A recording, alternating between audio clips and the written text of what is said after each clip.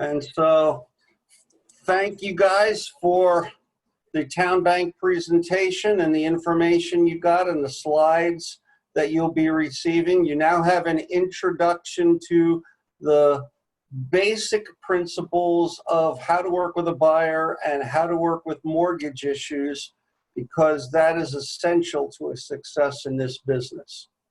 What we're going to do now is we are going to go over all of the agent services. Now, I can't see everybody, so I would love to be able to have you raise your hands and tell me which office you're associated with, but I can only see 5 of you. Are any of you in the Mechanicsville office? All right, David is, and I can't see anybody else's because they're blank. But I'm your agent services coordinator. I'm the first point of contact for all of the things that we're going to talk about, for the things that are on this flyer. I'm going to go over this entire flyer, which you also have a copy of. Carolyn, which office are you affiliated with? I'm in the Chester office with Shannon. So you have Jennifer, and you want to get to know Jennifer. You want to get to know your ASC. You want to bring them candy and flowers and stuff. They are the ones who know where everything is and what everything does in the office. So, Luis, what office are you affiliated with? Midlothian with Becky Parker. Becky Parker. And so you have the new girl there, Amanda, whom I've only met once, but I've had contact with, and she seems really, really nice. And how about Dawn and Davina? What offices are you with? I'm in Ashland.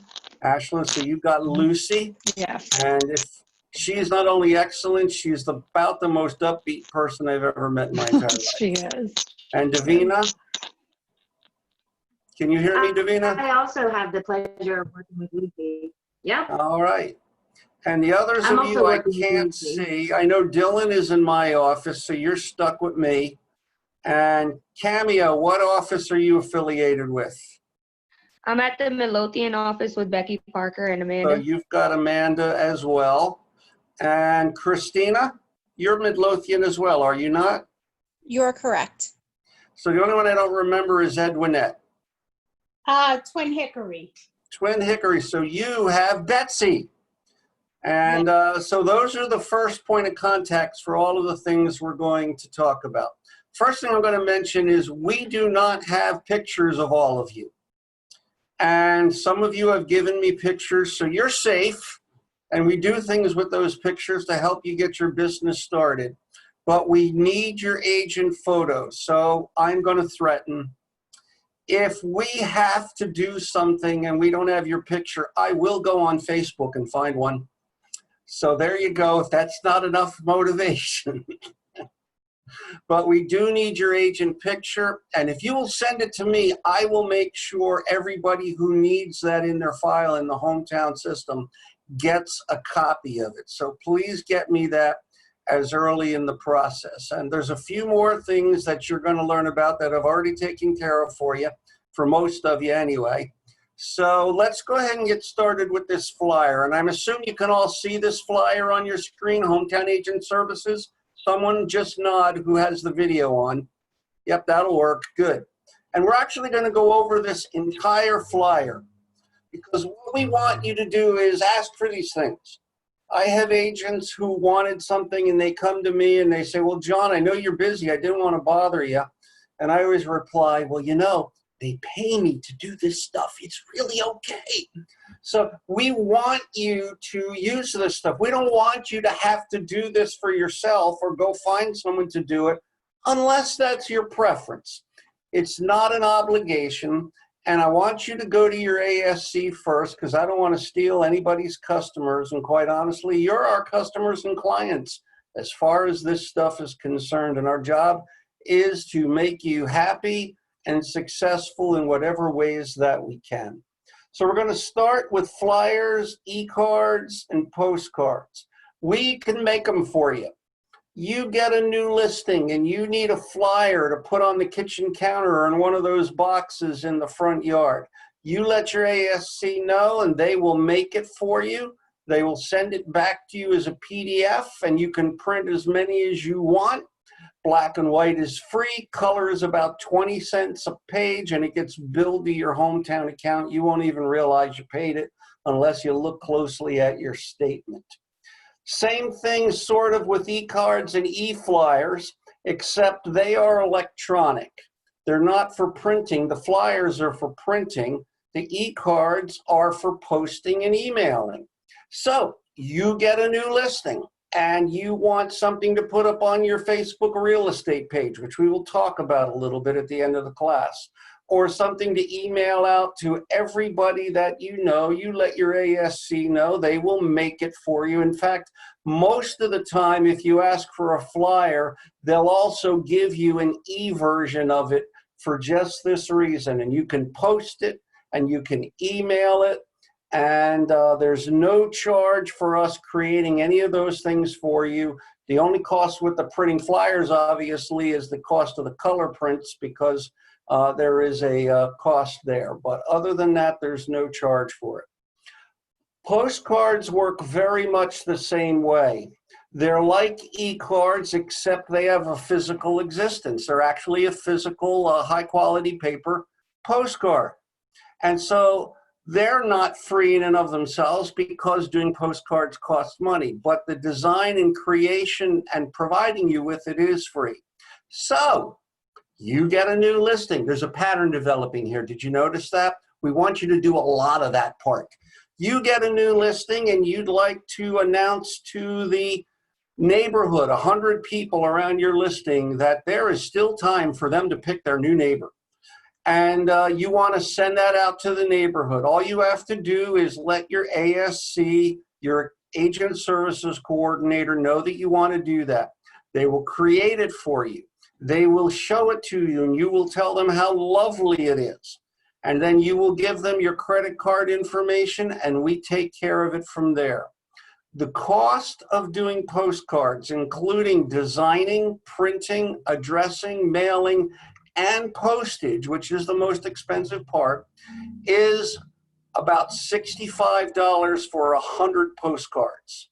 So that's a pretty good deal. And all you have to do is say, I need one, and I like it, and I will pay for it, and we take care of the rest for you. You can do it for just listed, you can do it just sold, you can do it for a lot of reasons, which I'm going to talk a little bit more about in just a moment.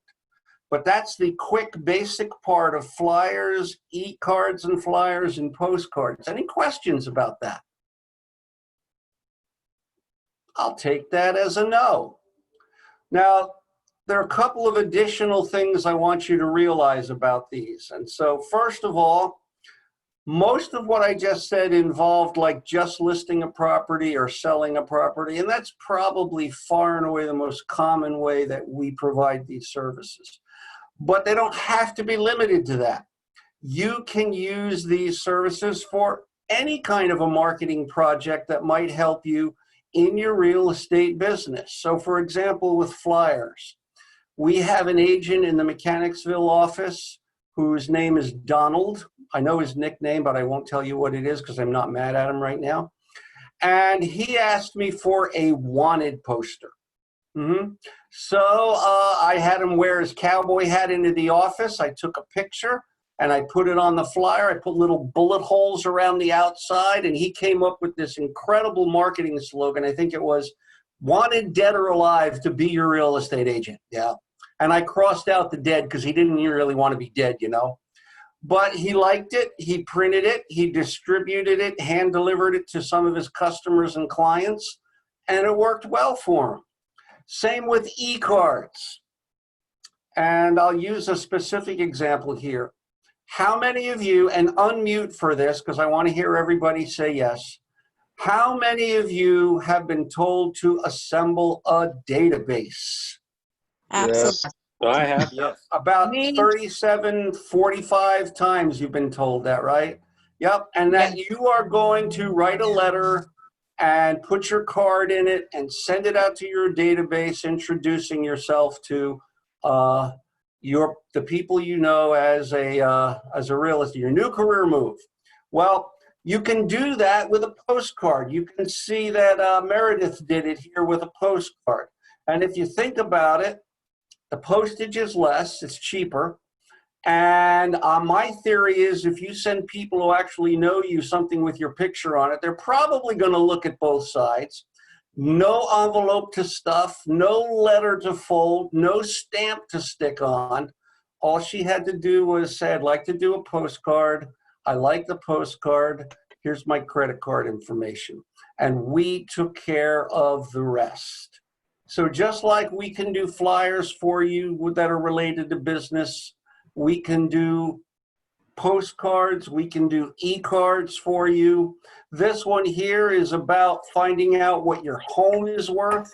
You can send that out to your favorite subdivision. The idea being that if they contact you to ask you if what you think their home is worth, and we have a class on that, by the way, I think it's next week. If they ask you that and you come and meet with them and tell them and they decide they want to list the property, you've got a shot at the listing. So it does not just have to be for just listeds or just solds. It can be for any legitimate use that you want to make for developing your business. All you have to have is an idea. We have lots of things we've made for people, but if you've got a new idea, we'll create something. We'll follow your theme. We'll make it up for you. And you know what? If you don't like what we come up with, that's okay. We'll get over it eventually. We'll be all right. Don't worry about us. So, any questions about that aspect of flyers, e-cards, and postcards? All right, we'll tell you then something about the two people who left earlier, Abby and Audrey. They have a flyer, e-card, postcard program in Town Bank as well. It's called Total Expert. It's excellent. And their postcards are half the cost of our postcards. But the reason is that you're sharing the postcard with them. You're both advertising on it, so they're picking up on half the cost. And so some of our agents like to use their stuff because it is cheaper. I mean, they'll print their flyers for you, and I don't think there's a charge for them. And some agents like to use our stuff because they want to be the only person being promoted on it. And that's just a business decision. Either way, we're fine with that, but you should also contact Abby or Audrey or both and ask them about Total Expert. It's a great program. They also have another program that I had forgotten to mention while they were on, and that is a second opinion program. So if you do reach out to them for information from them, ask them about their second opinion program too. It's really, really cool. So that's flyers, e-cards, and postcards as a whole. We make them. We want you to ask for them. We like doing them. It's kind of fun. And I even have some other designs that I'm not showing here, some very fancy ones. If you list a high-end property, I can make a really great-looking 4-page hard paper brochure for you and stuff like that. So do not be afraid to ask. Any questions about those 3 items? I'll take that as a no. Now, I can only see 3 of you, so you guys are going to have to answer. Luis, Carolyn, and Davina, you're going to have to be answering from everybody because I can't see anybody else. I don't even know if they're really there at this point, but that's okay. So let's move down here a little bit to mailing and agent email networking lists. Now, this is something that kind of relates to the first 3 items. And that is, if you want to do any kind of mailing project, you can pull the addresses out of the tax records. Once you learn to use the MLS, you have access to the tax records for just about the entire state of Virginia. And you can pull mailing out addresses out there yourself, but I will tell you, you don't have to. You can ask me. Jennifer is very good at it. Some of your ASCs are very good at it. And I'll bet I can do it a lot faster than you can. So if you need a list of mailing addresses, don't be shy about asking. If your ASC is not comfortable doing that for you, they will refer it to me, or you can refer it to me. And I'll bet no matter how good you get at it, I can do it a whole lot faster and better. I can remove all the duplicates. I can get rid of commercial properties and do not mails and give you a nice clean mailing list to use for whatever project you may be doing.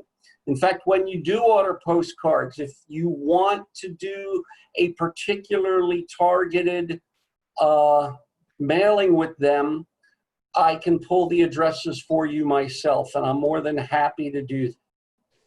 And with Town Bank postcards, they do not have a great source of addresses. So even if you use their postcard and mailing system, I am often asked to pull the mailing addresses for that mailing. And that's not a problem. I am more than happy to do it. You're able to do it yourself, and if that stuff's fun for you, because it is fun for me, that's not a problem. But I can do it for you and save you the work and save you the time and send it back to you. On the other hand, email networking lists. I'm the only person I know in hometown who does it. There are two reasons for it. First of all, anyone can do it if you know how. I'm the only one who knows how. I can pull them out of MLS, and I'm not telling anyone. Someday I'll tell you why, but it's not just to keep my job security. But part of the reason is I'm also the keeper of the hometown do not email list. And we don't want anyone but me to touch that list. We don't want more than one pair of hands on it. Not that I'm any specialer than anyone else, but we want that list to not be damaged. All right, got one coming back in. So here she comes. So you can ask me for mailing lists as well. Now, where that becomes important is with e-cards. Let's see, who's with Mechanicsville? David, you're with Mechanicsville, right? So you get a new listing, you do an e-card, you ask me for an e-card. I will probably, even without you asking me, automatically go into the MLS, find all the agents who have a listing in the same general area as your listing, and send them your e-card saying, listen, you have a listing in the same area as mine. We might get to do business. So here's some information on my property. Let's see if we can't put a deal together. For those of you in other offices, I have no idea that you did an e-card. But if you would like me to do that for you, all you got to do, Carolyn, is say, let me see, I'm going to see, you got Lucy, right? So you got Lucy to, no, oh, that's right, you got Jennifer. Right, so you asked Jennifer for an e-card. You want me to send it out to the agents in the same areas you're listing, you got to send it to me.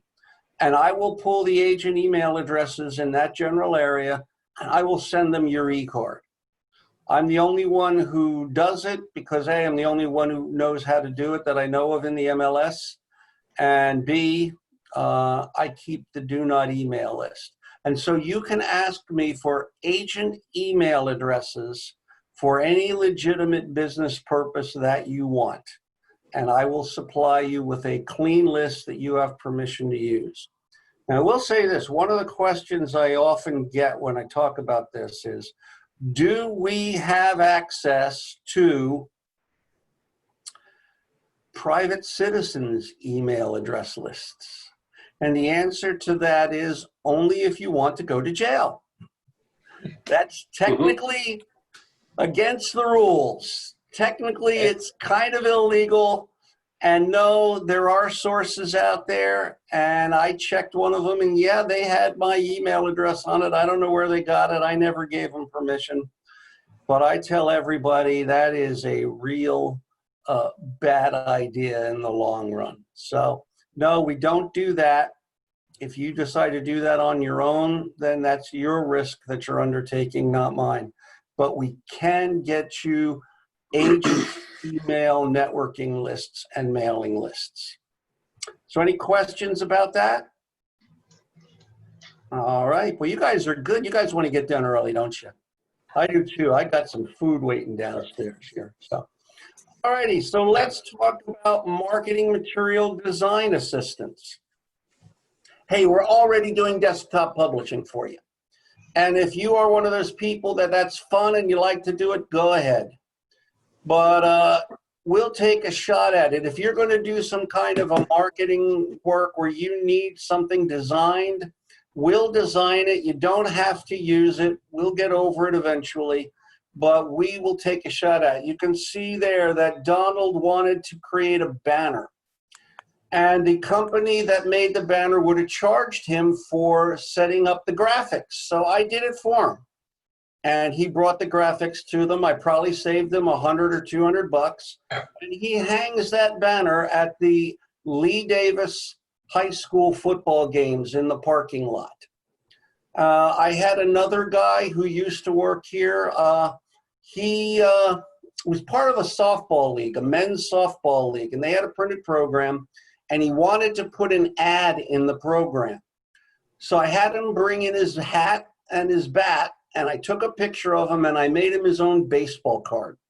He even signed the side of it. We had no statistics or anything, and it had no trading value, but it made a great ad. So if you need something like that done for a promotion or an ad, I've done a couple of logos for a few people. Some of them got used, some of them didn't. But we'll take a shot at it, save you the cost of paying somebody to do that design work, because we're already doing desktop publishing for you. Okay? So you can use that like for Facebook also? Sure. In fact, one of the things I was going to talk about later, when we Okay. get into compliance, I'm going to mention Facebook. And there are some compliance requirements. I'm not going to go over them now because they fit better at the end of the class when we're talking about compliance in general. But I can help you by creating your real estate page cover photo. You know how on Facebook you need a cover photo and a profile picture? Well, I can make your cover photo compliant.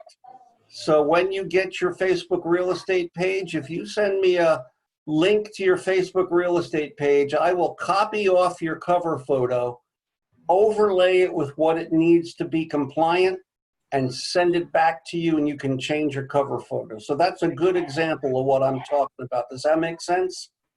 Yeah. And you'll find out what that looks like at the end of the class when we talk about compliance. Good question. Any other questions about this particular feature or any of the other features we already talked about? All right then. Everybody unmute, because I'm going to ask an important question, and I want everybody to answer out loud.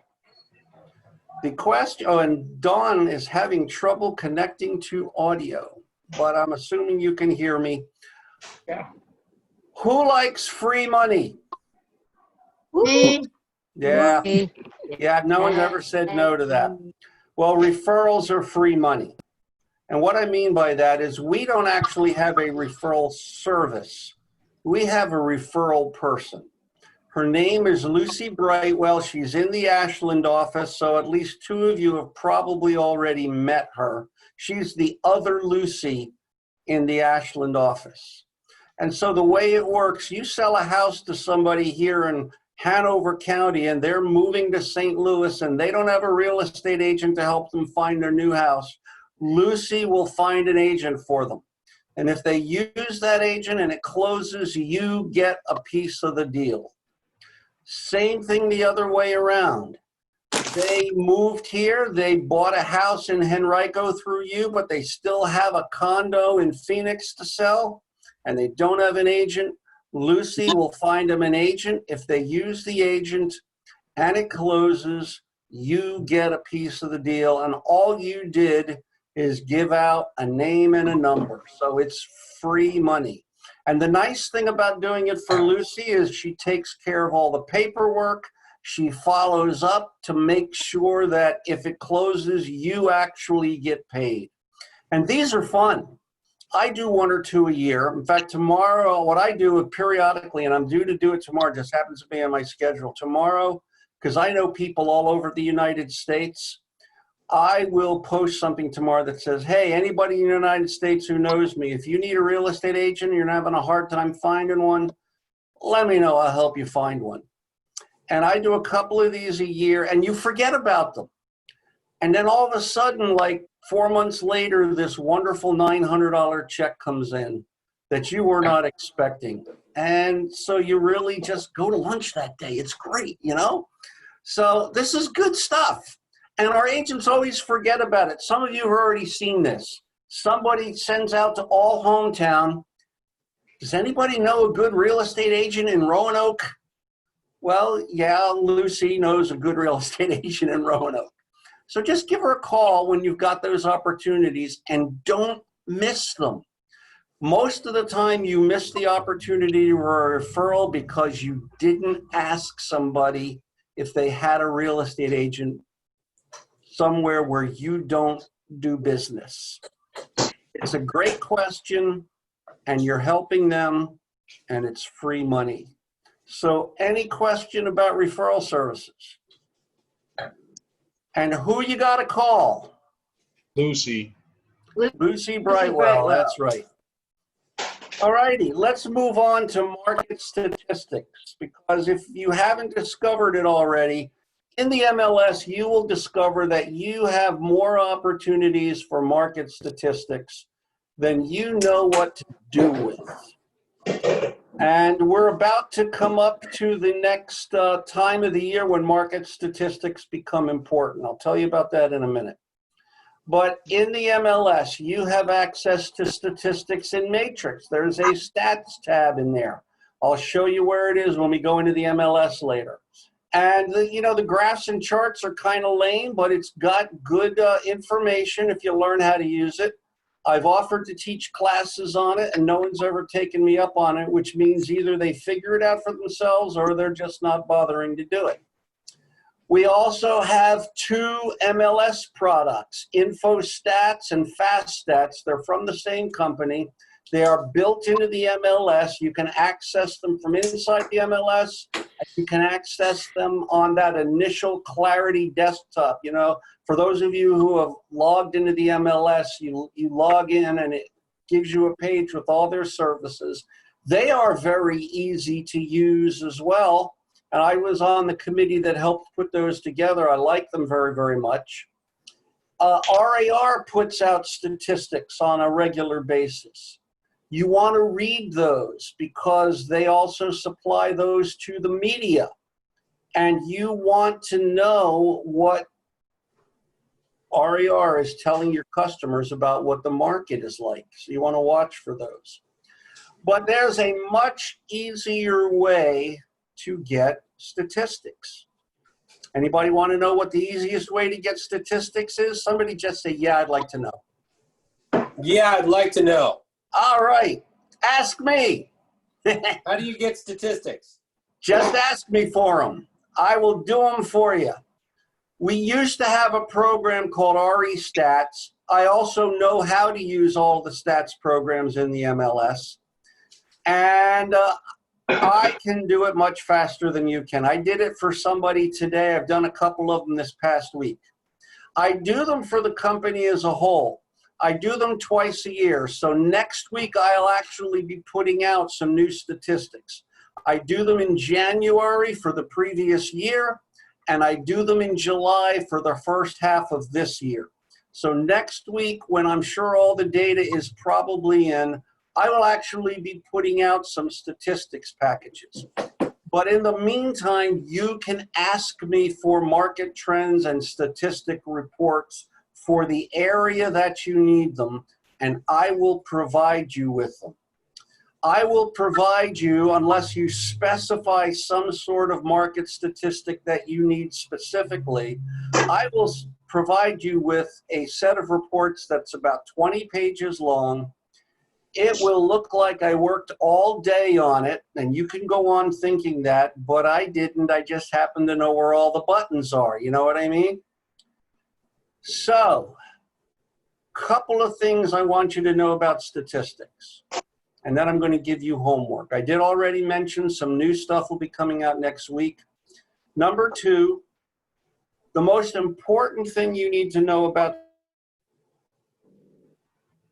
statistics, numbers in your numbers for them to make sense. So I will only do statistics for our agents based on an entire county, an entire zip code, an entire MLS area, or an entire school district? And I'll tell you why.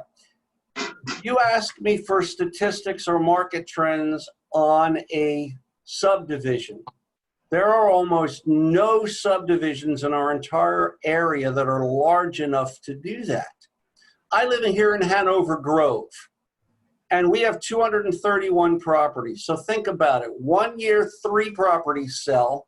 The next year, 4 properties sell. That's not a market trend. That just means somebody either moved or died who didn't do it the year before. And the numbers don't mean anything. So there have to be enough numbers in the numbers. Here's your first homework assignment. I want you to request a statistics package for me. I'll do one for you for the first half of the year. I'll do it next week. I want you to pick a zip code or an MLS area or a school district or an entire county. And please, for this time, only send me one. Last time I did this, someone got so excited they sent me like 8 different places to request. And my wife wants me to come home to dinner once in a while, you know what I'm saying? But pick one that's going to be an area that you think you'll be working in and you could use the information. And I will assemble a package for you and send it to you so that you can see what you get. And then from then on, when you need that information, if you want it, all you got to do is ask me and I will send it back to you. In fact, what usually happens is I get enough people to ask me for stuff that you'll probably at some point ask me for something I've already provided to someone else, and I might already have the reports on my computer to send to you. So that's market statistics. That's what we can do for you. Any questions about that? All righty, then remember your homework. And along with your homework, I'm going to mention something. Because I've already told you there's things you can ask me for, right? You remember me saying that? You all got excited, right? Yeah, of course you did. Well, now I'm going to tell you you can't ask me for anything. I'm sorry. You just can't. Here's what I mean by that. If you tell me you want something, I will forget it. If you text it to me, I will lose the text. If you hand me a note or put it on my desk, I will lose it. So anything you need from me, please, please email me the request. It automatically goes into my to-do folder and it helps me keep organized. There are 110 agents in Mechanicsville, 350 agents in all of hometown. And that's the only way I can keep track of all the things that everybody needs. So is that a fair exchange, a fair deal? Poor Dawn is having trouble staying connected, I think. Oh, no, maybe she's back in again. All right, I'm going to assume that she's still here.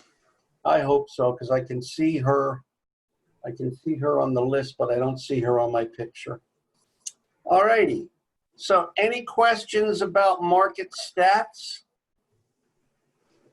All right. Have any of you done an open house for another agent yet? And if you're muted and you have, unmute and say yes, please. No. Okay. No, sorry. Well, that's one of the reasons we want your picture. One of the best things that you can do right now, especially with the world starting to open up a little bit, is consider doing live open house with precautions. It's a great way to get your feet wet, to get familiar with properties, and start to meet some people out there who might be shopping for homes. They do work. Now, not every open house will work as well as others will, but start thinking about doing that. And if you get an open house opportunity, your ASC will put together an open house package for you, including flyers and e-cards and a sign-in sheet and signs that you can put out and precaution notes and instructions that you can use. And it'll really help you set up your open house. It's a whole package of about 8 or 9 things. that we will send you that will make the setup and doing of your open house a breeze. So consider contacting some agents in your office and see if anybody needs you to host an open house. It's a great way to get moving, especially this time of the year. And now that people are actually starting, at least with caution, to be out and about. You should have a mask, you should have hand sanitizer, and there are instructions about how to handle, but people are starting to do it, and it appears to be reasonably safe, and it appears to be working well. And we will help you with open house materials. Any questions about that? All right then, let's talk training. And I'm just going to check here to make sure I don't have anybody else trying to come in. It looks like everybody's still here. Okay. I think all of you are getting this fast start training. I think I got all of you in it, but tell me if you don't remember seeing it. All righty. It is a 30-day email-based training program that we have. And you'll recognize it if you've been getting it because the emails say things like day 1, day 2, day 5. If you haven't started receiving that, it's because you came on board a little too recently. Send me an email, this is important, saying start me on Fast Start. I often don't start everybody right off because there is homework in it. And it's kind of hard to do the homework if you don't have your MLS access set up yet. But your sales manager will help you if you don't. But some of you have been getting it. I know, Luis, I put you in it. You should have been getting those emails. And David, I'm almost positive I put you in it. Let me explain. I don't have my license yet. Yeah. I'm probably 2-3 weeks away. So. All righty. Well, I'm going to double check all of you. If you're not in it, then by tomorrow you probably will be. I just got my email straightened today, so thank you. Okay, so it may be that you'll find there are already a few classes in there that you didn't know you had gotten because I probably sent it to your hometown email. Here's the way it works. It's a 30-day email program, and it has 16 emails. So if you do the math real quick, you realize there are spaces between some of the emails, aren't there? Mm-hmm. That's because some of the emails have homework. So for example, email number 10 or 11, you're going to get a tax record and a description of a property, and you're going to be asked to try to do a CMA on it, a comparative market analysis. Now, we know you probably don't know how to do that yet. That's okay. You're going to be asked to find 3 actives and 3 solds that you think are similar enough. Mm-hmm. And you're going to use those properties to come up with 2 numbers. You always look for 2 numbers when you price a house. You're going to try to come up with what you think it might best be listed for and what you think it's likely to sell for. And then you're going to bring that to your sales manager and say, I didn't know how to do this, but I took a shot at it. How'd I do? It's not pass or fail. They will go over it with you and use it as a training opportunity. Cool. Same thing with classes like 11 or 12 or somewhere in there. You're going to get a copy of the purchase agreement. You're going to get a copy of the listing agreement. And you're going to be asked to go ahead and read it and fill it out. And you may have never seen one before yet. You should, by the way. Those are the 2 most important documents for you to start familiarizing yourself with right now. You should be reading them. But you're going to be asked to fill it out. I suggest you don't do just 1. You do like 3 or 4.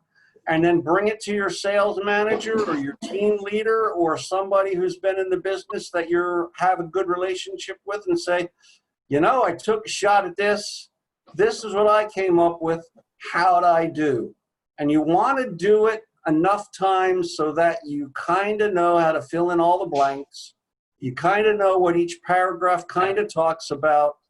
And you can kind of explain each paragraph with a 1 or 2 sentence statement. Does that make sense? So that's what this program is all about. It's not to train you. It's to get your feet moving and show you that you can't break anything, you can't get in trouble, but you don't want to wait until tomorrow you have to do your first CMA or your first contract, and you've never even read the document before. That is actually not a good position to be in. So if you have gotten the Fast Start emails, please do them. They are very helpful. And do the homework and bring it to your sales manager. They will love you to pieces for it. I have had agents like it so much that when it was finished for them, they asked if they could go through it over again. I have agents who go through it once a year just to practice and remind themselves of the things that they need to be doing every year that they might have gotten out of the habit of doing. So that's Fast Start email-based training. I probably sent it to you at your hometown email, so look for it there. And if you haven't gotten it, please send me an email. I'll make sure that you are getting it. So any questions about Fast Start? Then let's talk some more about training. We have a ton of training in hometown. And those of you who have seen the calendar for the last 2 months know that we've had training every single day for 2 months, and it will continue. I have 2 classes on Thursday, and I have 2 classes the following Thursday. Thursday is MLS Guy around here for these 2 months. And we are probably the most comprehensively trained firm in the entire region. And I used to work for the MLS. I've been the MLS Guy in 5 states for 5 years. And I know everybody because I used to work for RAR and the MLS there, CVR MLS. And I know everybody, and I can tell you of all of the companies I've been in contact with, Hometown has more training and the best training than any of them. And they don't pay me to say that, so that's okay. Take all of it. Don't just take it once. Make it a habit to take some of it every single year as a refresher. None of it comes with credits for your CE or SPLE license requirements, unfortunately. Some of it used to, but that changed. But it is well worth it. And we have started recording a lot of these classes. Have you guys, any of you guys been on Hometown University on YouTube yet? There's Yes. a ton of recorded classes there. Love I it. have my classes recorded there as well, but it's a little different. I have my own channel. I have MLSGUY-RVA, but my classes are also available on Hometown University as a playlist, if you know what that is. Mm-hmm. You go to Hometown University, go to the MLS Guy playlist, and all of my classes are there. This one's probably going to be there if it comes out all right as well. And you can take them anytime you want. Now, that's a secret about my classes, because I'm not telling anybody my classes are recorded until July is over, so that everybody doesn't just not come to my live classes. I want to have a few people in the seats when we have the classes. So I'm going to let everybody know about the recorded ones. Some of you already know about them because you've been in my classes. So take those classes, Hometown Infinity Powerhouse training classes. Hometown is excellent in this regard, and you can't get enough training. In addition, I like to say that we are what I affectionately call Buffiniites here at Hometown. There's lots of people out there that do this kind of training. Peak producers, Brian Buffini is the best, but there's Mike Ferry, Tom Ferry. I grew up with Tom Hopkins. These people will teach you how to operate yourself as a professional, as a business, how to organize your time, how to spend your time, how to commit yourself to the things you need to commit to generate business, how to script yourself so that questions that you are faced with on a regular basis, you answer automatically so that it comes out professionally and it comes out smoothly and it comes out effectively. And in my opinion, Buffini is the best of them. A lot of our training is based on them. And at some point, you'll be offered the opportunity to subscribe to Brian Buffini's programs themselves. They do cost money, but they are well worth it. Most of our best agents, at least at some point in their career, have subscribed to Brian Buffini and his principles, and they use them regularly in their businesses. So I don't get a commission for saying all of that, but I do want you to be successful. I mean, let's face it, the more successful you are, the more likely I am to continue to be employed, right? So I want you guys to think about that. What's that? Brian Buffini also has a lot of free, Mike Berry does too, a lot of free broadcasts on YouTube, and I highly recommend them as well. Mm-hmm. And we hold meetings sometimes where they do, where we share them as a group. And we've even had things down at the Richmond Convention Center with Buffini that the whole company was invited to because we are participants. So watch for those things and consider participating in them. They will enhance your career. What's that, Edwina? Yes. I didn't hear you. Up. Paul went away. In any event, let's talk about one more aspect of training. And I wish I could see everybody at this point so I could get you to raise your hand, but I'll trust you on this. How many of you are new licensees or will be new licensees when this all gets going? Yeah. So you know that you have to do 30 hours of SPLE training in your first year, correct? Correct. You didn't, you now know it's essential. I'm going to tell you two things about SPLE training. Number one is do not fail to do your SPLE training. I know it's somewhat on hold right now with the governor's emergency order, but nonetheless, if that order gets lifted, DPOR has absolutely no sense of humor about their education requirements. So do not fail, even under these conditions, to do your SPLE training. There are two ways to do it. One of them is probably the best way considering the quarantine. You can do it online. The two best sources that I recommend are either Mosley Flint or the CE Shop. There are others, but those are the two most widely used and probably the most reliable. And just get it done. Now, if you don't like online classes, RAR does offer the training on their site, and they've opened somewhat back up. And if you're interested in in-person training, I prefer it because I learn more, but it's kind of hard to do right now under these circumstances. But you can call RAR. Their number is 422-5000. Ask for Teresa Neff. Tell them John Hicks said hi. She's the best at it there. Anybody there can help you, but she's the best at it. And just tell her you want to find out what the best way is to get your SPLE done and finished and behind you. Don't wait until the last minute. I had someone last year who thought they had finished it and they had accidentally selected the wrong course and actually had their license deactivated for a month while they got caught up. You don't want that to happen.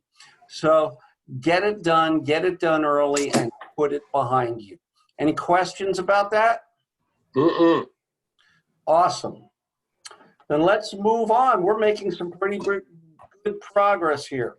We're going to talk about ListHub, listing syndication. Now, this is a service that MLS offers.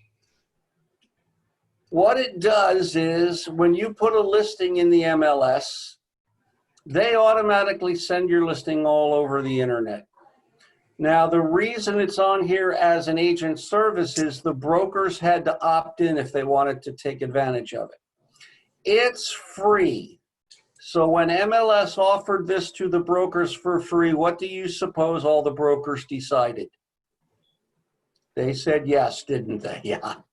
So, and we said yes. So because we said yes, we provide you with the service. You can see the connection there, right? So when you go on a listing appointment, you can say, if you list your house with me, it will go out to hundreds of websites all across the internet. You don't have to say unless you want to that pretty much everyone else can say the same thing. However, there are two aspects of listing syndication that I want to make you aware of tonight. And this is the teacher part of me. I just can't help myself. So first of all, if you get a listing and you see it out there on the internet somewhere and there's something that's not quite right about it, don't call the MLS, don't call the website, don't call ListHub, just call me.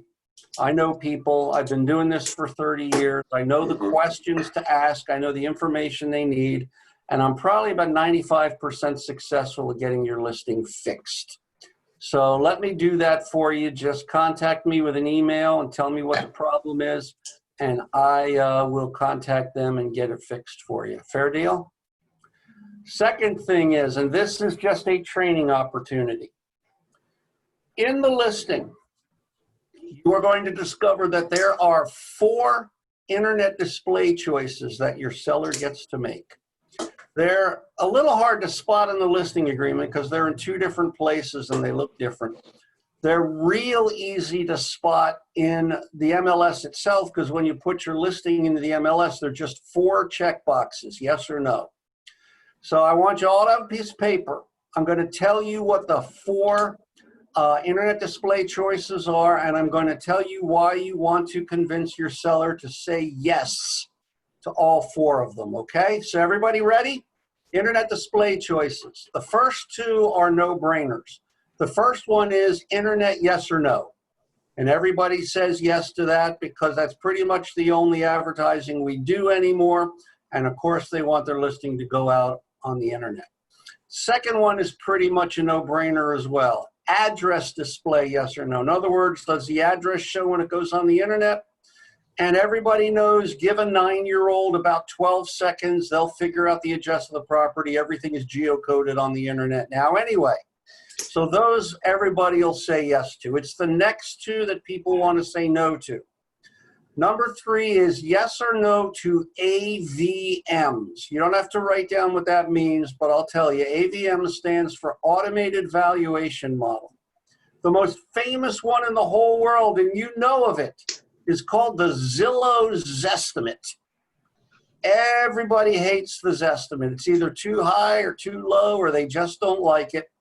And so when they realize that's what an AVM is, they'll want to say no to that. And if you don't know what happens when you do that, they are not going to be happy. Because here's what happens. They say no to it. You list their property. You say no in the MLS. And the next day, your seller goes on the internet and goes to Zillow, and there's their house. It's on Zillow.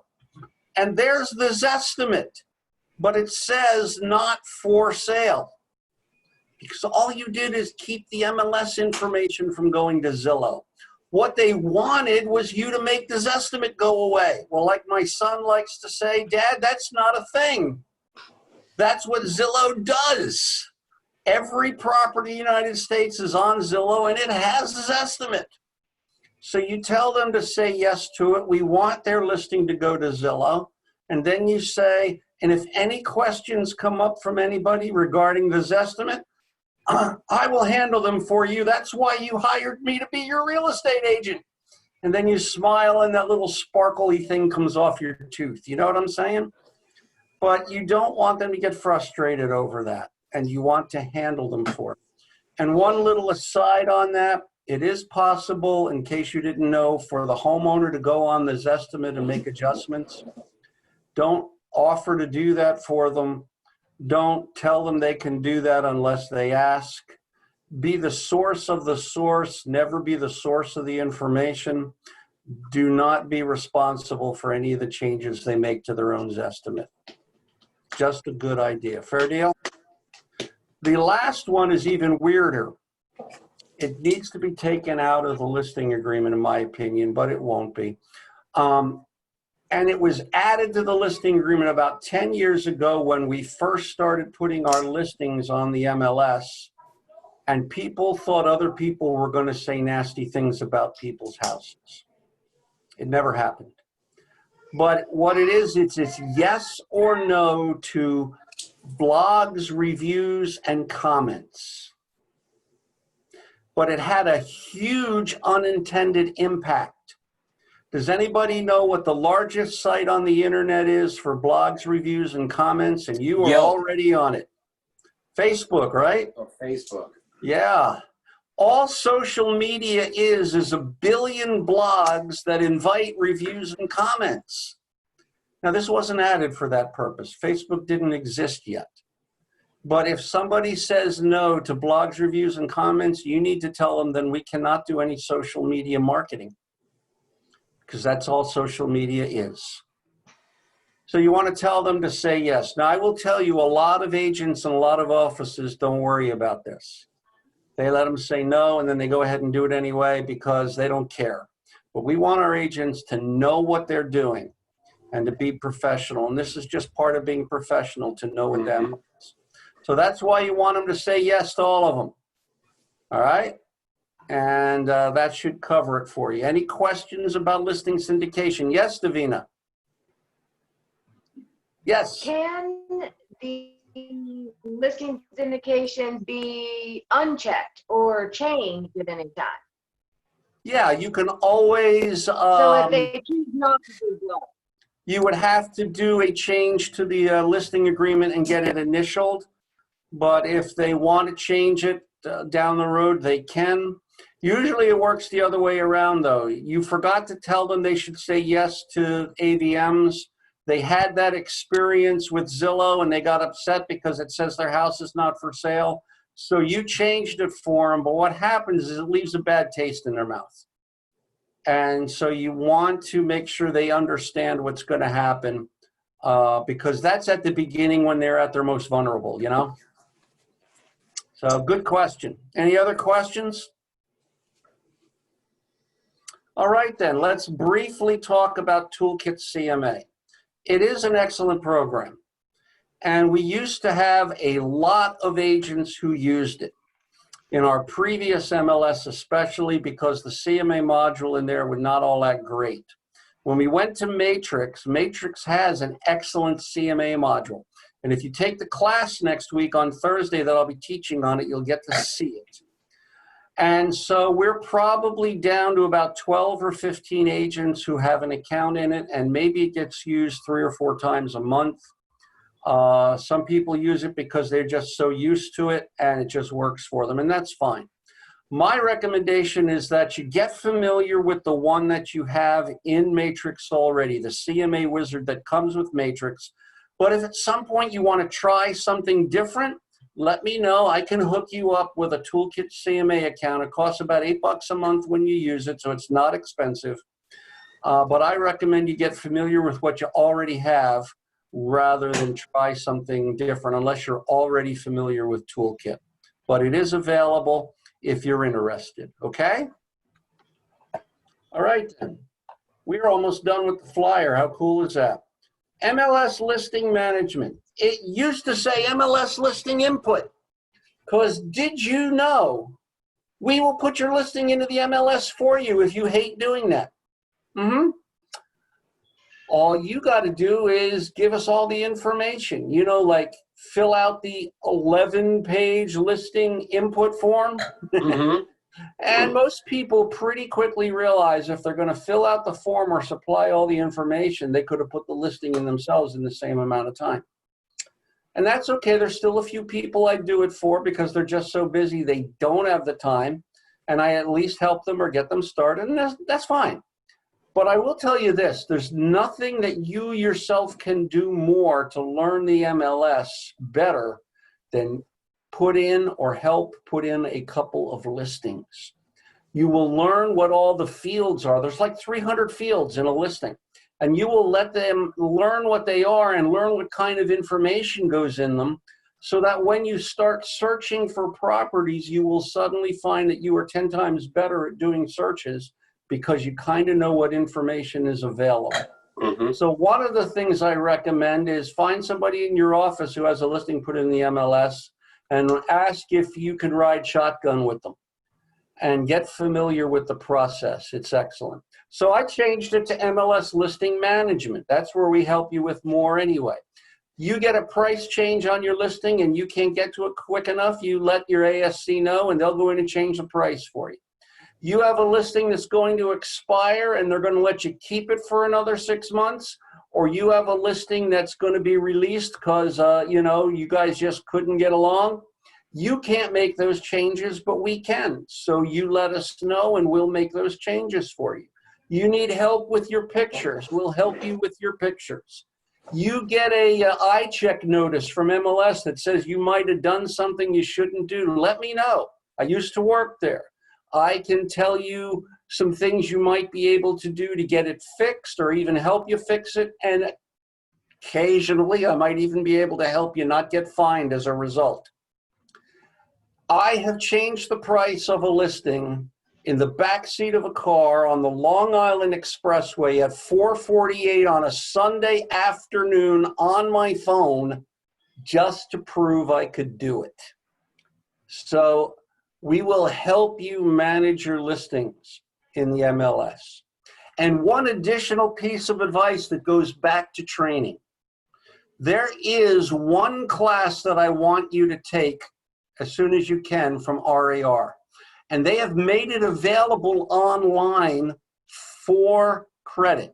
And it's called Rules of the Road, MLS Rules and Regulations. It sounds boring, but it's one of the best classes they offer because it will tell you how the system works, how you work with other real estate agents, what's going on out there, how you handle different kinds of situations. And best of all, it comes with a get out of jail free card. Meaning, if you do get a $250 fine, you can use your get out of jail free card instead of paying it. Now, you have to take the class before you commit the crime.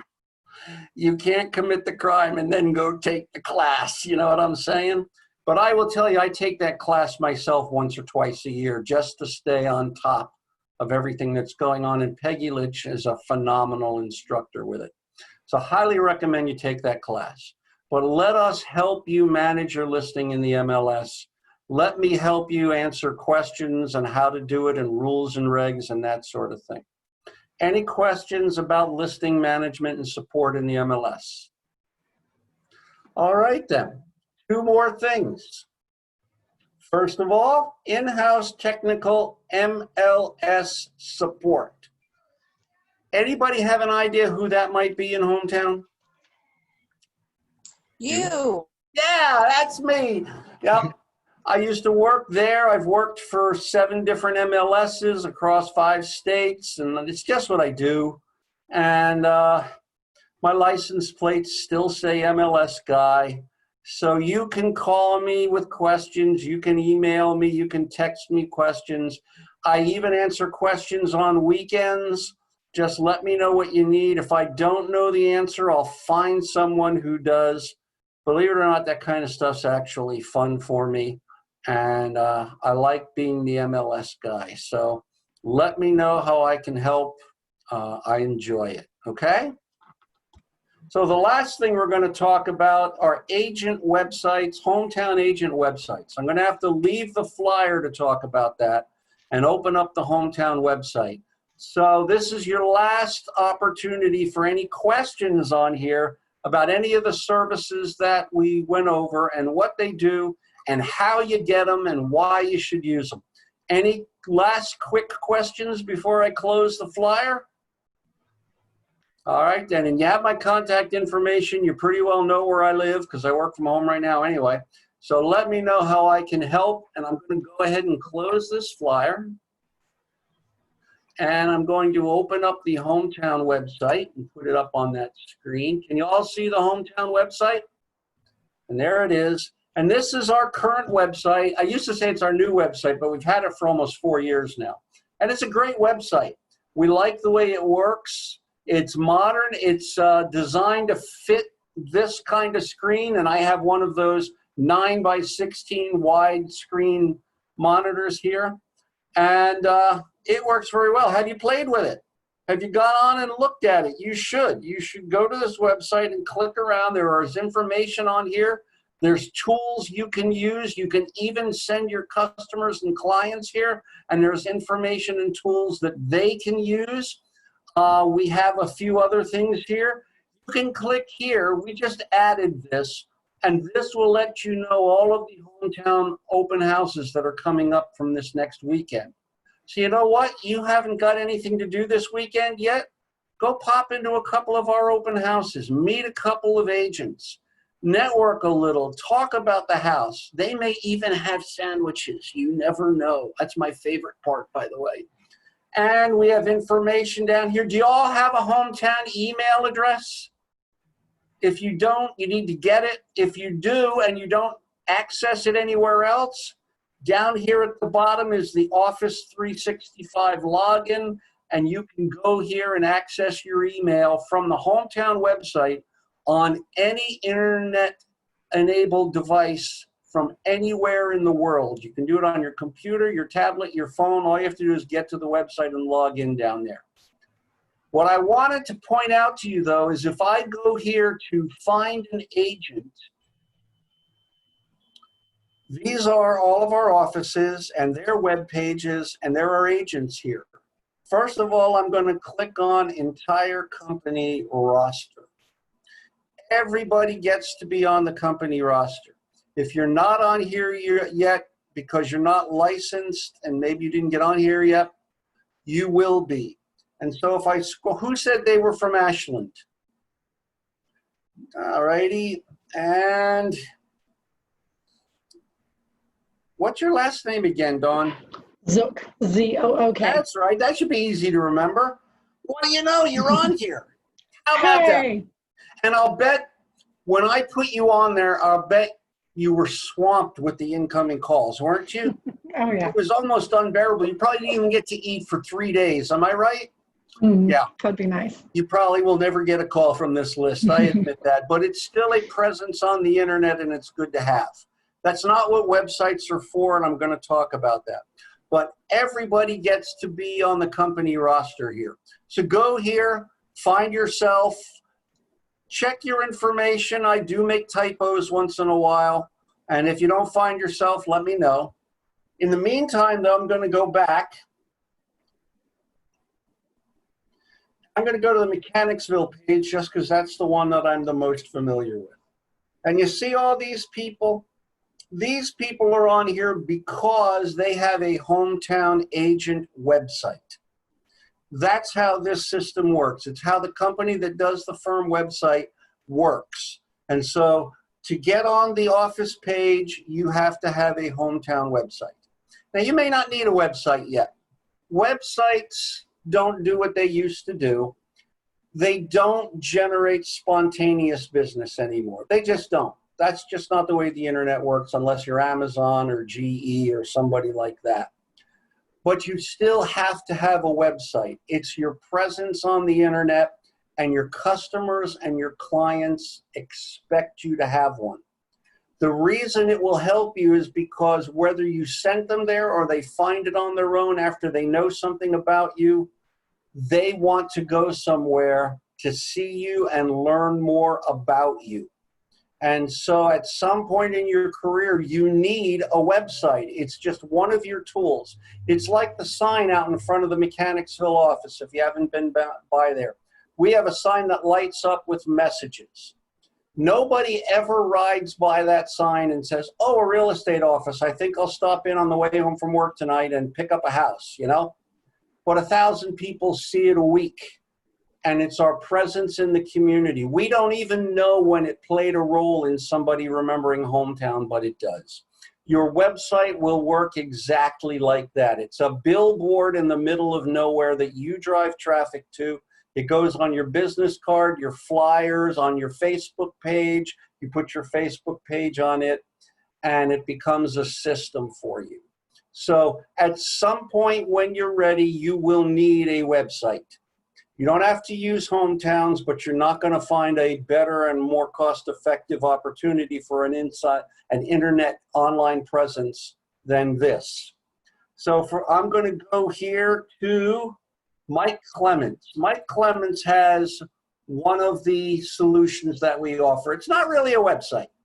It's what we euphemistically call a business card site. But it does get him on our website with his picture and his contact information. People can go here and get his information. And I even found a way to cheat and get a link on it to his Facebook real estate page.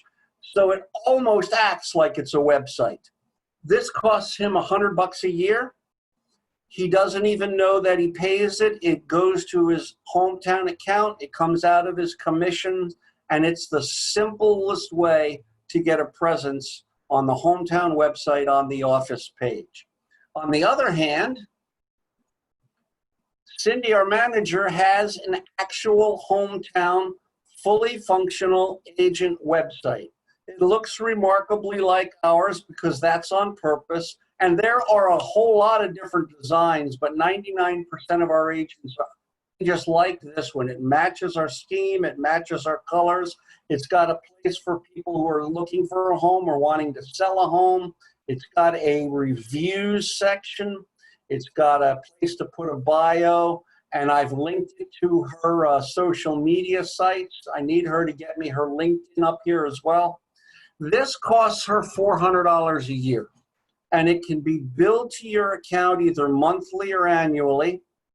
If you do it annually, I will tell you save about $45. So when you are ready for your website, all you do is contact me and say, John, I'm ready for my website. And I will need to know, do you want the business card site or the full site? Do you want it to be billed to your account monthly or annually? I will need your picture, obviously. I will need all of your social media links. And it would be nice to have a little bio on this first screen, because remember I said people are going to go here to want to know more about you. So you want it right up here in the front. And so then I will send you the application to sign electronically through AuthentiSign. So if you haven't used it yet, you will learn to use it. And once that's done, I will go ahead and set up your website, and you will be ready to go. So any questions about hometown agent websites? All right then. Well, we're moving quite along here. I'm going to jump completely out of this. We're done with agent services. And what I'm going to do then is I'm going to open up the MLS itself. You didn't see this, by the way, but I did get on a half hour early and I needed something to do. So. And let's see, do I have the MLS open yet? Nope, I'm going to have to open it. So let's go ahead and open it here. And when you get access to the MLS, you will go to cvrmls.mlsmatrix.com, which can be a shortcut on your desktop if you know how to create those, and it makes getting to the MLS real easy. You will get a login and password if you don't have one already. Your login name will be a 5-digit number. Your password will be a password that you will want to change. And don't bother trying to make your computer remember your password. You do have to type your password in every single time you log in. You need at least 12 characters, so pick a phrase or a sentence that's easy to remember. I'm not going to tell you what mine is.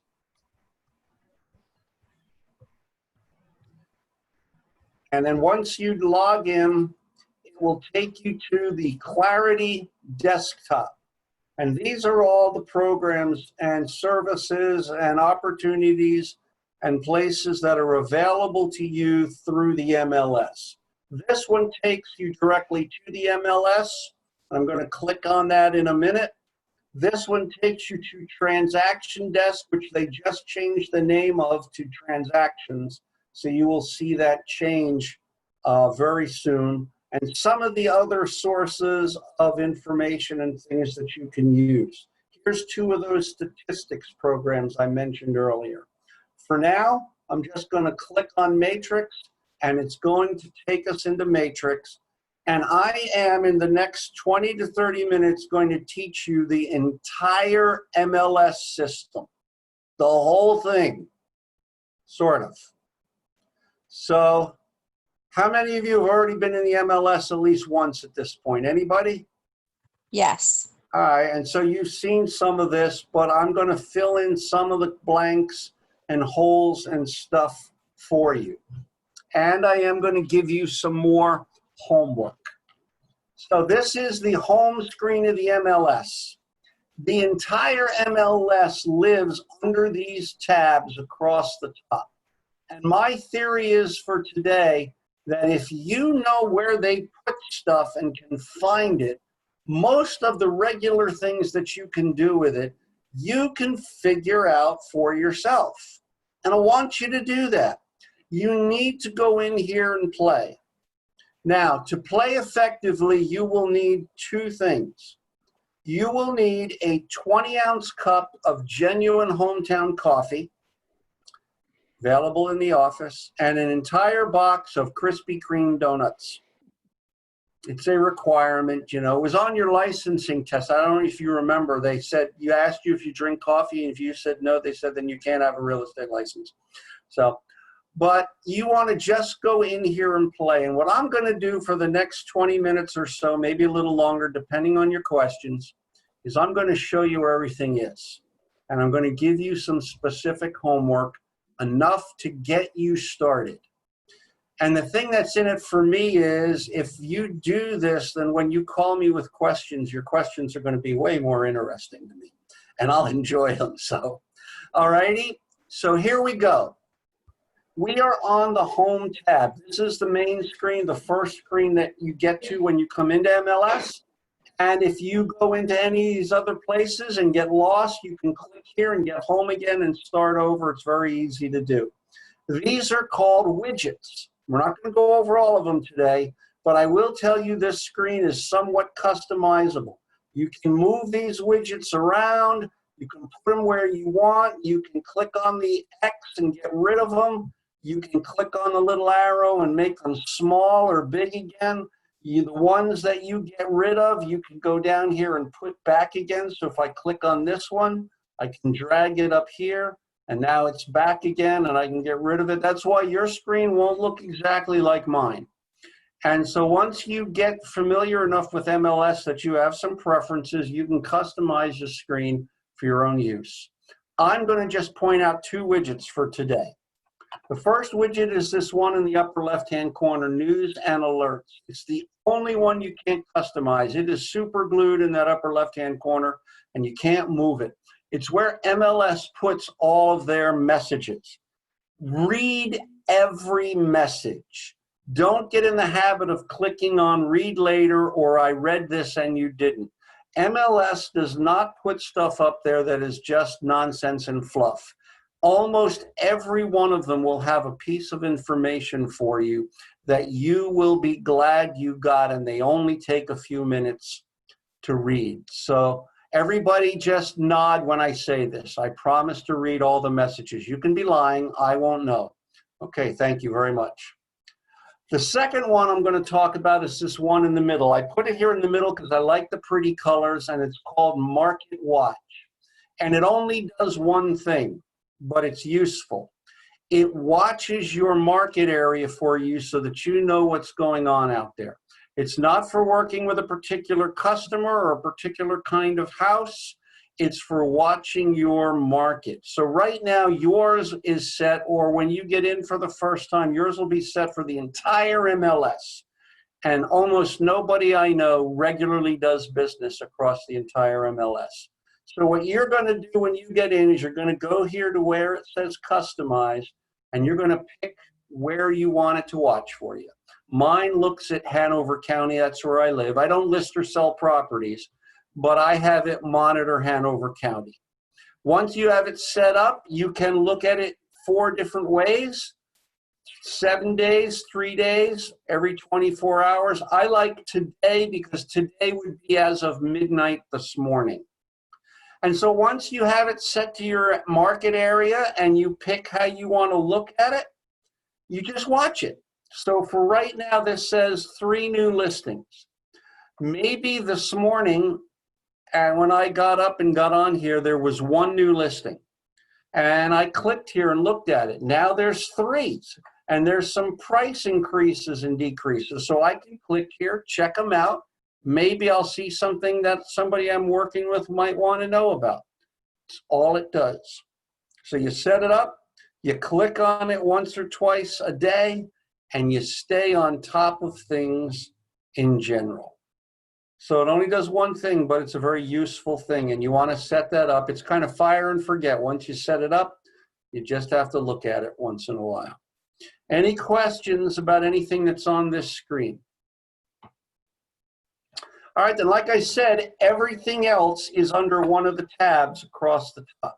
We're going to look at all the tabs, then I'm going to come back to search, and I'm going to run a search for you, and I'm going to show you the compliance stuff, and then we will be done. So under search, this is where all your searches live. And you can look up properties in all of these categories. Single family and condo, which is another way of saying residential, multifamily land, there's rentals, there's commercial properties. And by the way, check and see if you have access to commercial. If you don't, just let MLS know. There's no charge for having access to it. But I'm pretty sure they started giving access to it to everybody. You can look up agents and other offices. You can look up public records here. We're going to talk about that in a minute. And there are other searches here. If I click on that, you can look up open houses throughout the area. Lots of different ways that you can search under this search tab. And we're going to come back and take a look at single family full. One piece of advice I'm going to give you. You see when I point to this, there's a full search and a quick search. Never use quick search. It's a complete waste of time. The difference between the two is so small, it's an embarrassment. In fact, it's so much of an embarrassment, they finally just put full out here on the main menu. Just trust me on this. Get in the habit of always using full search. Everything you're used to looking for will always be in the same place, and you'll unconsciously memorize the screen and everything will work better for you. Fair deal? And you have that involved for all of them here. We'll come back to this in a moment. There's that stats tab, and there's all kinds of statistics available to you here. Like I said, it must either be easy to use or nobody uses it because no one's ever asked me questions about it, and I've never had the opportunity to teach a class on it. But who can tell me what the easiest way is for you to get statistics and market trends reports? You. That's right. Thank you, Luis. I was hoping somebody would remember that. You are now my favorite, sir. That's just the way it is. Sorry. But yeah, you can get them here. You can get them in the over on the original screen. You can also ask me for them, and I'll be happy to send you them. Under my matrix, we'll come back to that in a minute. Tax search. Here is your first bit of homework. There are two ways of accessing tax records. Realist is the way that Matrix has had since we went to it 6 years ago, and it's okay. They've even improved it lately.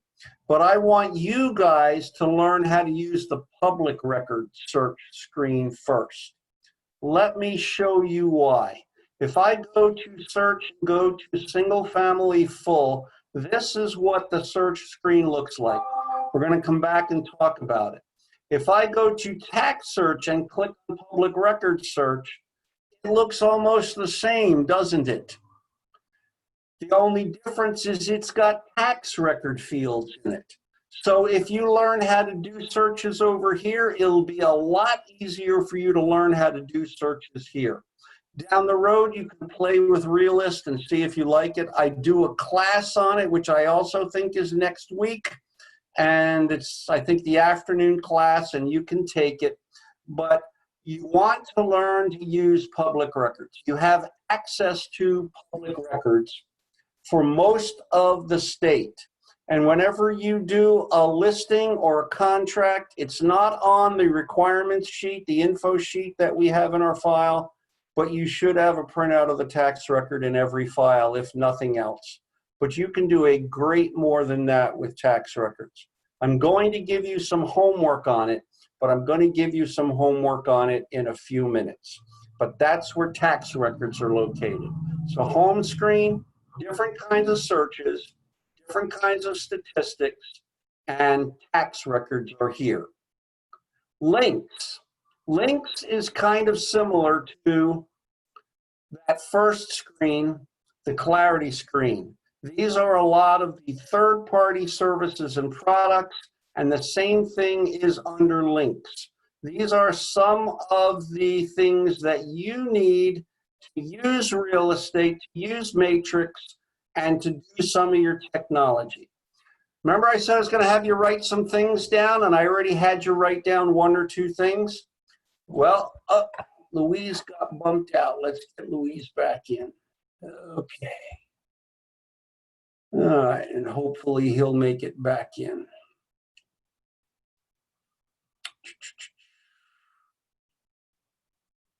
Not seeing him yet, but hopefully he will come back in. In any event, Hey, I want John, you to while write. you're doing that, can I ask a quick question? Sure, go ahead. In any of the links, is there a link, or does Hometown suggest any CRM platform to keep databases? No, we don't Straight suggest any particular one, although Buffini comes with Referral Maker, which is the most popular one in all of Hometown. It's one of the good reasons for getting involved with Brian Buffini's material is it includes Referral Maker, which is an excellent CRM. But MLS does not have one that's actually built in, and it doesn't automatically connect to any of them out there. There's still Top Producer, which is very popular, and there's a few others out there. Okay, good question. Okay. Poor Luis, are you there? Yeah, you made it back. Awesome. So I want you to write this down, everybody who's still here. There are 3.5 programs in our MLS that you need to get familiar with. I'm going to tell you what they are and give you homework. You ready? Number one is the MLS itself, Matrix. That's what we're looking at right now. You want to get familiar with it. You want to go in here and play. And there are 3 things you want to learn how to do. Number one, you want to be able to go in here and run a search and find 5 properties to go show somebody and make sure you can print them and make sure you can email them. Pretty straightforward. Make up some fake customers and think about what you think they might ask for and see if you can find 5 properties to go show them and make sure you can print them and make sure you can email them. That's working with buyers, right? Second thing is you want to go in here and find comparables for 3 properties. Find 3 actives and 3 solds. Come up with an idea from that of what you think it should list or sell for. Practice, take it to your sales manager. And again, make sure you can email it and make sure you can print it. So the first task is working with buyers. The second task is working with sellers. And you want to do this for fake before you have to do it on purpose. The third homework for working with MLS is called auto email. And I have a class on that on Thursday in the afternoon. Auto email is where you create a search that's automated and it automatically sends new listings to your buyer. You want to go in here, find where you do that. I'm going to show you where the button is in a minute, and make believe you're your own customer and start sending yourself some listings so you can see how it works. And of course, take my class on Thursday and you'll learn even more about how to do it. So the first service you need to get familiar with is Matrix, the MLS system, and you want to learn to do those 3 things. The second one is called Instinet Transaction Desk, soon to be called Instinet Transactions. That is where all of our forms live, the purchase agreement, the listing agreement, all the forms that are related to it. And you want to go in there now and at least with the purchase agreement and the listing agreement, start reading it and start filling it out on the screen. Do it for fake. You can't break it. And again, make sure you can print it and make sure you can email it and talk to your sales manager and get better and better at that. The third one is the tax records I just mentioned. You want to go to tax records and listen carefully. You want to look up the tax record of every single person you know. If you can look up 10 tax records in a row without failing to find them, and again, email them and print them, you will again. And what's cool is if that's boring, you could do that and look up your friend's tax records, and then you could call them and say something like, "You paid what for that house?" I mean, you're licensed now. Don't you think they'll appreciate the unsolicited evaluation of their home? No, but this is public information. Everybody's allowed to know this stuff. It's just put all in one place for you. And so that's the 3 programs you want right now to begin once you have access, getting some familiarity with, and then take the classes, and we will help you become proficient at it. Now, I did say 3.5. The half is showing time. Now, you're not going to necessarily do that here. All this will take you to showing time where you can set it up for yourself. But on all the listings in the MLS is a little link where you can schedule showing appointments. You can't practice this one. You can't go there and create fake appointments just to make sure you know how to do it. People don't like it when that happens. I did that to Cindy once. But you need to ask somebody to show you how to request an appointment. It's not hard. It's a grid. You click on the date and time. It sends them an email. They set up the appointment and email you back whether you can show it at that time or not. But you need to make sure, because about 80% of the appointments now are done that way, and you want to make sure somebody has showed you how to ask for a showing appointment. So 3.5 programs in MLS, and those are the homework assignments to help you begin to play with them. And you need to play. It can be fun. That's where the donuts come in. Any questions about those homework assignments? All righty, then let's just keep going. Go back to home here. Under finance, you have access to a seller's estimated net proceeds, a buyer's closing costs. Of course, Abby and Audrey can help you with this, but you need to talk to somebody in the office about how you do this. You do need at some point to be able to tell a seller what they're probably going to come out of selling their house with at an estimate. And you do need to be able to tell a buyer what they're probably going to spend when they buy the house, including all of the costs that are related to it. These are forms that'll help you do it, but you want somebody to sit down with you and go over with you how that works. Market reports. You won't need to go here this year, but next year when you sell all those houses and you qualify for a RAR Outstanding Production Award, you can go here and figure out what awards you're going to get and hang it up on the wall. Input is where you go to input listings. It's where you go to change prices, to change statuses, to add pictures, to add documents, to manage all of your listings in the MLS. And one other thing, when you get your access to the MLS, you are going to want to change your password. In fact, you're required to, and this under input is where you can also go to change your password. The last tab is help. Under help, you have tip sheets, you have FAQs, you have videos, all kinds of stuff that you can watch and read and keep and print to help you to learn how to use all this MLS stuff. And I will tell you, nobody ever goes here, which is pretty much why I have a career.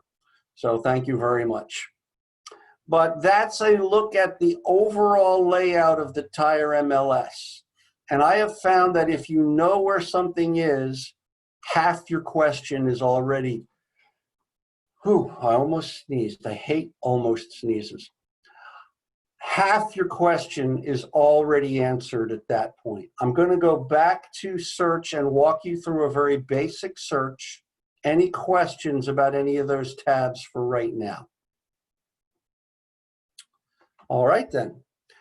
Go back to search and we're going to click on single family full search, and I'm going to very quickly show you how a search works in here.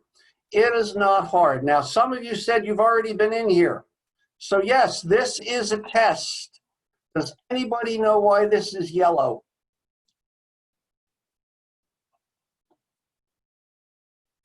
That is a no. Yellow means required. Yes. You have to pick something or type something when it's yellow. So watch carefully. I can collect single family. I can click on condo, do one or the other. And if I want to do both, I hold down the control key. The control key allows you to select more than one thing off of any list in any Windows product. It's not an MLS thing. It's a Windows thing. It allows you to select and unselect off of any list. For today, we're just going to do single family, so I'll leave single family selected. You can pick your statuses. If you're working with buyers, you want active or maybe active and coming soon. If you're working with comparables, you want actives and sold, so you can select those, and you can change here how far back it goes. Same with pendings or expireds, and you can select whatever statuses you are working with depending upon what you're planning to do. For buyers, it'll mostly be actives. For comparables, it'll mostly be actives and solds or maybe expireds. You'll get more understanding of how that works as time goes on. Today we're working with a buyer, so I'm just going to leave it on active. Now here's a little tip. You don't have to put in the county, but I sometimes like to, and I'll show you why. I'm going to type in Henrico County, and the reason I like it is two things for me. First of all, these are the MLS areas for Henrico County. I live in Hanover, and I'll be honest with you, I haven't memorized what those areas are. But also, these are the Henrico schools. And so people will often ask you about schools and specific schools. And that comes up automatically when you select the county. You don't have to do it, and I just accidentally selected every county on the list. I didn't mean to do that, so let's get rid of that. I'm going to do Hanover County because it's where I live. And I'm just going to do area 44 because that's where I live as well. Now, what I want you to notice is it keeps running countdown here. This is much more useful than most people realize. You are going to come up with your own magic numbers. You're going to go find 5 houses to show somebody. Maybe you want 12 houses to pick the best 5. So as you add criteria, the numbers will go down, right? And when you get somewhere around 12, you'll stop putting in information and start looking at the actual properties. Same thing with comparables. You want 3 actives and 3 solds. You put in some criteria, and maybe your magic number will be around 25. You want 25, so you can pick the best 3 of each. So when you get close to 25 down there, you'll stop putting in criteria and start looking at the properties. So it's a very useful tool as you add criteria. So far, I have active listings, single family, and we're in area 44 of Hanover. I'll put in a price range, and we're going to do 155 to 295. Notice I checked the little box so I didn't have to type in all the zeros. You know how many zeros I save over the course of a year? It's just incredible. And so now we are down to 21 matches. I will tell you that is a very low number. There is not enough inventory out there right now. You want to be aware of that so that you can tell buyers houses are selling faster than we can get them on the market. You want to tell sellers this is a good time to list their house because the competition is low. All righty, let's see.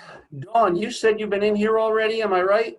Yes, that's correct. All right, so I'm going to put you on the spot. Don't worry Okay. about it. It won't hurt too much. My guy wants 3 or more bedrooms. What do I type in the box? 3+. Awesome. It's already there. As a matter of fact, I highlighted it. My guy wants 4 or fewer bedrooms. What do I type? 4-. My guy wants 2 to 4 bedrooms. What do I type? 2-4. You're going to be good at this stuff, see? You've already got the basics down. And that's how all number fields work in here. Now this one's a little more tricky. You see full baths and half baths, never ever ever use them. They won't give you the results you're looking for except in very special instances. Always use the total baths field. And Dawn, since you're the only one with a video right now, you're still on the hot seat. Listen carefully. My guy wants 2.5 or more baths. What do I type into total baths? So this one, I'm not sure. I don't know if it's 2.5 plus. I've seen some people like in their email saying 2.1. So I didn't know if that's a special designation. Well, I'm going to let you off the hook. It's nighttime. Normally I tease you with this a little bit. But if you type 2.5 plus, you will find every house that has at least 2 full baths and at least 5 half baths. Which would be great if that's your house. Baseball's coming back on later this month. We're all going to come over to your house and watch the games. There's no waiting at your house. But what you type is 2.1 plus. That's just how Matrix does it. And that will give you 2.5, 3, 3.5, 4, etc., etc., etc. Everybody understand that? You don't have to understand why they did it that way. You just have to know they did it that way. So now we've got 155 to 295, 3 or more bedrooms, at least 2.5 baths. And we are now down to 7 matches. Boy, that's not a lot of listings. Back 5-6 years ago, we'd have had 4 or 5 times that down there. But what I want you to realize is I've just showed you everything you need to know to do searches in the MLS. Everything you need to know except where the information is located. So for example, I have acres here. Well, that's a numbers field. So if I need at least 5 acres, I type 5 plus. If I need no more than 2 acres, I type 2 minus. All number fields work the same way. And I have lists here. I click on the lists for what I want. And if I want more than one thing, what key do I hold down? Control. Control. All lists work the same way, with one exception I'm going to show you. We have garage, yes or no. So if I have to have garage, I say yes. Now I have 4 matches. If I'm not allowed to have a garage, my wife says I'm not, then I have to say no. And now I have 3 matches. If I want all of them, I go back and click on the white spot at the top of the list, and now I have all of them. And that's how everything in the MLS pretty much works. There are a few advanced features that you can learn down the road, but for now, all number fields work the same, all list fields work the same, all yes or no fields work the same, and you should be able to go in here and start playing with some basic searches. I'm going to show you 1 or 2 more things, though, just to help you a little further. Up here in the corner, I have style. Can you all see style? Yes. So, my guy wants a colonial. So I can highlight colonial, and now I have 3 matches. But he said he'll also take a contemporary, because in Hanover Grove, we have both. So if I hold the control key down, I can get both. Didn't change the number. But you want to understand 2 things about this field. Number 1, not everybody calls everything the same thing. Agents can, when they put a listing in, can pick up to 3 things off of this list. So for example, would you agree that most people think of colonials as being 2-story houses? So I'm going to go add 2-story, and now all of a sudden it goes to 4. I'll bet if we looked at all 4 of them, we'd probably say they all could have been a colonial, but they just didn't pick colonial for that one. So you will get used to trying other things to look for houses based on how people put things in the MLS in your market area. And I will say there are differences between agents in Hanover and agents in Dinwiddie. They're far enough apart to have some different traditions. So don't be afraid to play around and find more properties. But that's not why I took you here. I already told you the answer to this question. Let's see if you guys can tell me what it is. My guy says, never mind, I don't want to pick a particular kind of house. I just want to look at all of them. So if I click on two-story, it makes colonial and contemporary get unchecked. It goes away. Tell me how to get rid of two-story.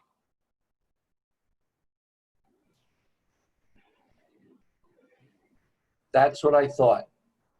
If I hold the control key down, it gets rid of the last one. They did not put a little white space at the top of that list, did they? They should have. I have had agents spend 2 hours trying to figure out how to do that. Remember that control selects and unselects. And as a new agent, I just gave you back an hour and a half of your life. So you're welcome. I can't tell you how many people have asked me that exact question. And down the road, you can see now we're back to 7 matches. Down the road, remember I said there are 300 fields in here? You can add lots of those other fields down here at the bottom once you learn what they are, and use those fields to add more detail to your searches. If I click on results, there's the list of properties. If I select some or all of them, all these buttons light up. There's that CMA wizard I was telling you about, and I can email them, and I can print them, and you have 4 sets of buttons here. For now, I want you to remember just this one. When I go to save, it lets me save my search, but you see the one in the middle? Under save, that's where auto email is. That's where I can turn this search into an automatic search that will automatically send my customer new properties as they come into the MLS. The class is Thursday in the afternoon of next week, or is that this week? Wait a minute. No, it's this week, this Thursday in the afternoon. I recommend you take the class, but you should go here and set up a fake auto email for yourself. See what your customers get. You can't break anything. You can't get into trouble. So that's enough information for you to go in here and play with the MLS. Yes, Davina? So what is, you mentioned you can get fined, you know, $250 for messing up in MLS. So what is an example of one of the mess ups that you can be fined most for of that in MLS? involves how you put stuff into the MLS or when you put it into the MLS. Putting information in places where it's not allowed. For example, you can't have a picture of your listing living room with you sitting on the couch holding up a sign with your email address and a sign that says, call me, don't talk to your real estate agent. You will get fined for that. You see what I'm saying? Those kinds of rules. When you get a new listing, it has to get into the MLS within 3 days. When you get a contract, it has to be made pending in the MLS within 5 days. When you get it closed, it has to be made sold in the MLS within 7 days. Those are the kinds of rules. You'll learn the rules if you take the class, and I talk about the ones that are related in my other classes and how they work as well. Good question. Any other questions about this part? Because we are literally almost done. We only have one last thing to cover, and then we will be finished. Yay, I know, I feel the same way. But we're going to go back here real quick to My Matrix. And what I want you to understand about My Matrix is, My Matrix is all about you. This is where all your stuff lives. Everything you do, create, save, search, set up, send, build, supply, it's all under My Matrix. And so if you need to find what you've done in here, you will find it here. So for example, under contacts, when you do an auto email or a CMA, you have to put your customer's information in there, and it automatically adds it to this address book. Your auto emails automatically live under auto email. So you can go in and see what your customer has been getting and see what they've been doing with that information. And I will show you that on Thursday. You can save searches. Every email that you send out of here is saved under sent email. So they say they didn't get it. You can make sure you send it. You can make sure you type their email address correctly, and you can even resend it to them. Your CMAs live under My CMAs, and you can manage your listings when you get them under My Listings. What we're going to look at for the very last thing is My Information, and I'm going to give you your last bit of homework. So when I click on My Information under My Matrix, we have 5 tabs. We're only going to talk about 2 tabs. The first one is the one we're already on, Information. This is all of my information in the MLS. If you haven't done it, I want you to do this. If you haven't got your MLS, then I want you to do this the day you get into the MLS, and that's go here and flesh it out. Put in information where there's not information. Make sure the information that's already there is correct. This does appear on some of your stuff. You pretty much only have to do it one time, and then you only have to worry about ever going back if something changes. So go to My Matrix, My Information, and flesh out your information and make sure it's correct. The last thing is email signature. In Matrix, you can have an email signature. You can even do fonts and colors and a picture, just like you can do in Word. Listen to me carefully. This is no longer a good idea. This is a legal requirement. You are, under Virginia law, required to have 5 elements in all of your electronic communications with your clients and customers. That includes email signatures. And if it's an advertising venue like a website or a social media page, you also have to have the Fair Housing logo. Now, we make sure your hometown website is compliant, and I will help you make sure your Facebook real estate page is compliant if you ask me. But I'm going to give you the 5 elements that are required, and I would like you to write them down. All right? You ready? So here we go. The 5 elements are your name. Right, who'd have thought, right? Who'd think that would be an element. Number 2, your contact information. Phone number, email address, website address, whatever you're going to use. Number 3, the firm name. And if it's a place where you can use a picture and it has our company logo, you are covered because our name appears in our company logo. But not every place lets you use a picture. Number 4 and 5 are the ones everybody forgets. Number 4 is the city and state of the office where your license is affiliated. So my license is affiliated with our Mechanicsville office. My signature has to say Mechanicsville, Virginia. Your license is affiliated with Chesterfield. Your signature has to say Chesterfield, Virginia, Ashland, Virginia, whichever office you're affiliated with. And even if you routinely work in another office, because you're allowed to work out of any of our offices, you still have to have the one that your license is connected to. Make sense? The last one is an NAR requirement, licensed jurisdiction, licensed in the state of, or licensed in the Commonwealth of Virginia. And you need to have all 5 elements in all the places where you do electronic communications. Let me just tell you what they are briefly. You have email. You're going to contact customers through email. You need these elements in your signature. Do you use your email on more than one device? Probably. So if you do it on your computer, you need it there. If you do it on your phone, you need it there. If you do it on your tablet, you need it there. There is no way to put a signature in one place and have it appear on any of your other devices. If you are going to communicate with people via text, you'll need a signature there. Now, you can't fit all 5 elements in your texting signature. So you do the best you can. Mine says John Hicks, Realtor, and it has my designations.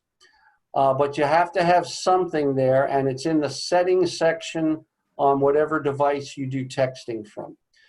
Are you going to be emailing listings to people out of MLS? Please, everyone, say yes. We really want you to do that. So you will need a signature here in Matrix.